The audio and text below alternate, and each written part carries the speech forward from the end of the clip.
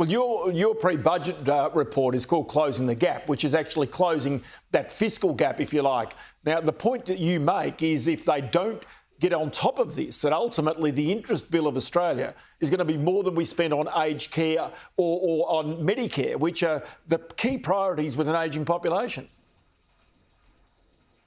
That's right, Ross, and I'm no debt alarmist here, but when you look at the opportunity cost around interest payments and how prominently interest payments feature in the top spending programs, that's where you start to look at it and think, well, we do need to make some progress here.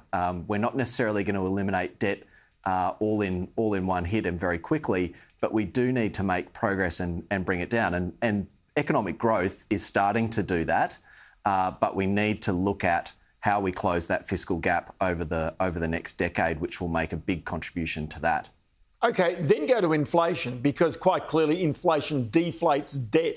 And so, therefore, in some ways, a bit of inflation, if you're trying to control your debts, can be a good thing, so long as on the other side you've actually got the economic growth and you don't erode your taxpayer base, which at the moment it seems to be happening. The question is whether that's realistic in the medium and the long term.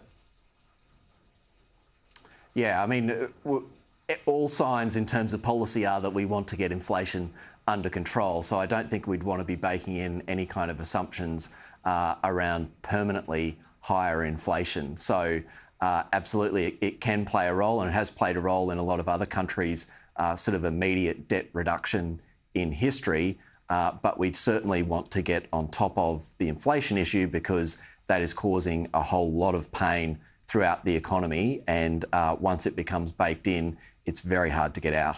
OK, so just explain one thing, because the Treasurer, in all of his rhetoric and talking about this budget, really talks about the long-term budget pressures that are there. Now, one of those we talked about is interest rates. The other is obviously the cost of healthcare, Medicare, but then clearly the NDIS and defence spending. So you can see that there's big cost pressures that will come down the pipeline on the federal government unless they can make certain that the economy grows faster and that they've got the debts under control. Well, that's right. They've got to pull a whole bunch of levers here in terms of starting to close that fiscal gap. I mean, one, they do need to evaluate spending programs more often and make sure that we're getting value for money from those. And we're starting to see that. Obviously, there's a significant review around the NDIS.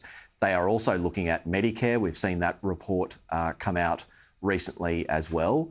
But we do have to get the economy growing faster, and the best way to do that is through productivity, because then we don't have the issues around inflation. And then we've also got to look at the suitability of the tax base, particularly given the ageing population that we have. And so do you sense that there is significant tax reform around the corner from this government, especially, say, for example, you know, they've won the Aston by-election. If they get the voice through, their popularity, they're going to have significant political capital, shall I say, to make big changes?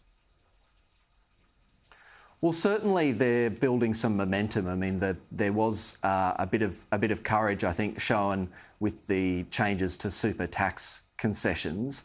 And so we really think that if they use the intergenerational report in the second half of the year to really set out where the challenges are and what the actual challenges for the tax system are over coming decades, you can really use that document to start to build the case for tax reform and the objectives that it needs to meet, because so often we get into this debate and we go straight to particular tax bases that we would all like to change. And economists are guilty of this more than anyone.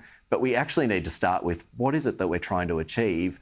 And then I think we can look at how we pursue that through the tax system. Jarrod Ball, Chief Economist at the Committee for Economic Development in Australia. Good to have you on the program, Jarrod. Many thanks for your time. Great to be with you, Ross.